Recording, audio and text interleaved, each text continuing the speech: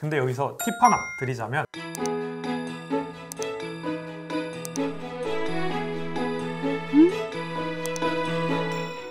안녕하세요. KWBC 아나운서 이경섭입니다. 오늘은 광운대학교 논술 우수자 전형 인문계열에 대한 여러분들의 궁금증을 해소해 드리려고 하는데요. 오늘 함께 이야기 나눠주실 두 분 인사드리겠습니다. 안녕하세요. 저는 광운대학교 국어국문학과 이사학번 박서진입니다. 안녕하세요. 저는 국제통상학부 23학번 조유나입니다. 광운대 신입생을 꿈꾸고 있을 수험생들을 위해서 솔직하고 가감없는 답변 부탁드리겠습니다. 네, 당연하죠. 모든 걸 전수해드리겠습니다.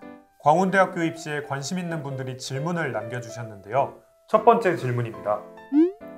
논술학원 언제부터 다녀야 할까요? 광운대학교 논술 쓰고 싶은데 언제부터 다녀야 할까요? 지금은 7월부터 다니는 거 생각하고 있어요. 논술은 다른 전형들과 다르게 학원의 도움을 받기도 하잖아요. 두 분은 학원 다니셨나요? 네, 저는 학원 다녔습니다. 네, 저도 학원을 다녔습니다. 두 분 다 학원의 도움을 받아 준비를 하셨네요. 그러면 구체적으로 어떤 방식으로 준비하셨나요? 저는 다른 논술 준비생들에 비해 비교적 빨리 준비한 편인데요. 1호 초부터 학원을 다녔거든요. 주말마다 학원에 가서 2시간은 혼자 써보고 나머지 2시간은 수업을 들으며 참작해 보았습니다. 그리고 평일에는 감을 잃지 않도록 복습 노트를 이용해 꾸준히 노력했던 것 같아요. 저는 3학년 2학기 때부터 시작해서 비교적 늦은 편에 속했는데 이제 서진님과 마찬가지로 학원에서 4시간씩 했던 기억이 있습니다. 그리고 학교에서도 꾸준히 복습했던 것 같아요. 학원 수업을 듣는 것뿐만 아니라 스스로 답변을 써보고 고민해보는 시간이 합격에 큰 역할을 했던 것 같네요. 그런데 광운대학교 논술 우수자 전형은 학생부 교과가 30%, 논술이 70%로 알고 있는데 그러면 학업과 논술 병행하는 데 힘들진 않으셨나요? 저는 3학년 1학기 때까지는 내신 관리를 하고 그 이후부터는 논술에만 집중했습니다. 광운대학교는 최저가 없기 때문에 수능 공부도 없이 논술에만 집중할 수 있었던 것 같아요. 저도 2가지를 병행했었는데요. 논술에는 내신이 반영되긴 하지만 너무 낮지만 않으면 괜찮다고 생각을 했어서 기존 내신이 유지될 정도로만 챙겼습니다. 어떻게 보면 두 분 다 2마리 토끼를 한 번에 잡으신 거네요. 자, 그럼 다음 질문 드리겠습니다. 광운대 인문논술 붙었던 분, 광운 기출 한 번도 안 풀어봤는데 일주일 남았는데 계속 기출만 풀면 될까요? 광운대는 정형화된 문제나 유형이 있나요? 광운대 붙어야 해요. 살려주세요. 광운인이 되고 싶다. 광운대 논술을 준비하면서 남은 시간이 부족하다면 기출만 풀어봐도 충분할까요? 네, 기출만 풀어봐도 충분할 거예요. 저도 같은 생각입니다. 두 분은 그럼 기출문제 얼마나 푸셨어요? 저는 광운대학교 기출문제로는 8개년치 정도 풀어본 것 같아요.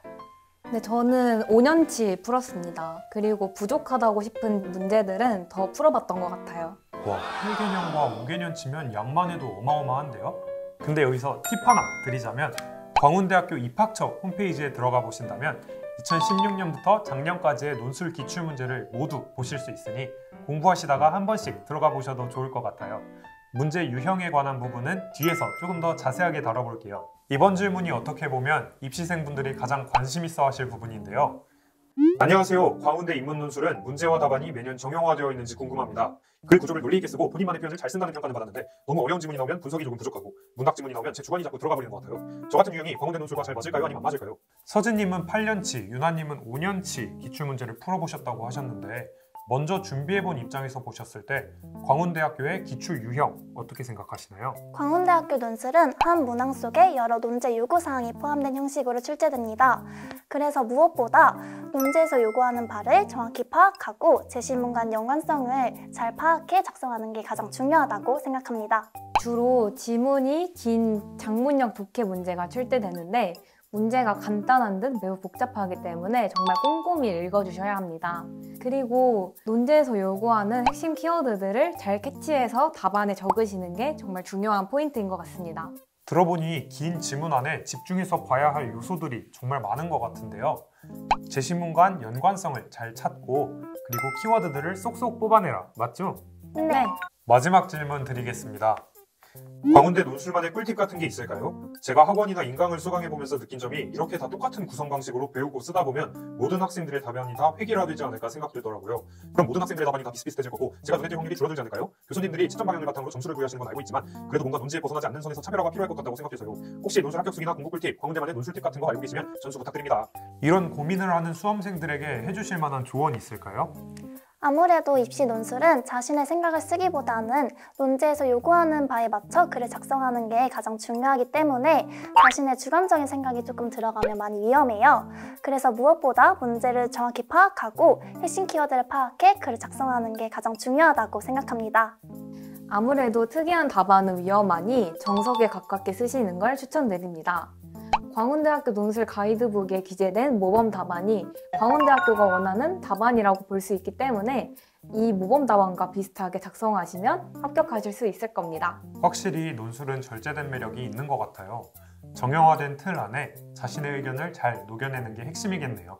오늘 제가 준비한 질문은 여기까지입니다. 마지막으로 광운대학교 논술 우수자 전형을 준비하고 있는 수험생들에게 한마디 해주신다면요? 저는 논술 전형이 정말 매력적인 카드라고 생각을 해요. 논술 전형을 준비하시다 보면 논술은 극악의 확률이다, 논술은 운이다 라는 말씀을 주변에서 들으실 수도 있는데요. 그런 주변 말에 흔들리지 않고 포기하지 말고 앞을 향해 꾸준히 나아가셨으면 좋겠습니다. 내년에 광운대에서 만났으면 좋겠습니다. 논술 전형을 준비하면서 정말 힘들고 막막한 시간이 있을 텐데요. 이 시간들을 잘 견뎌서 내년에 꼭 광운대에서 봤으면 좋겠습니다. 오늘 이렇게 광운대학교 논술 우수자 전형 인문계열에 대한 질문들을 모아 답해봤는데 어떠셨나요? 유나님과 서진님의 답변이 수험생분들께 행운을 전할 수 있길 바라면서 저희는 이만 인사드릴게요. 다음 편은 자연논술 전형으로 더 알찬 정보와 함께 찾아오겠습니다. 그럼 안녕!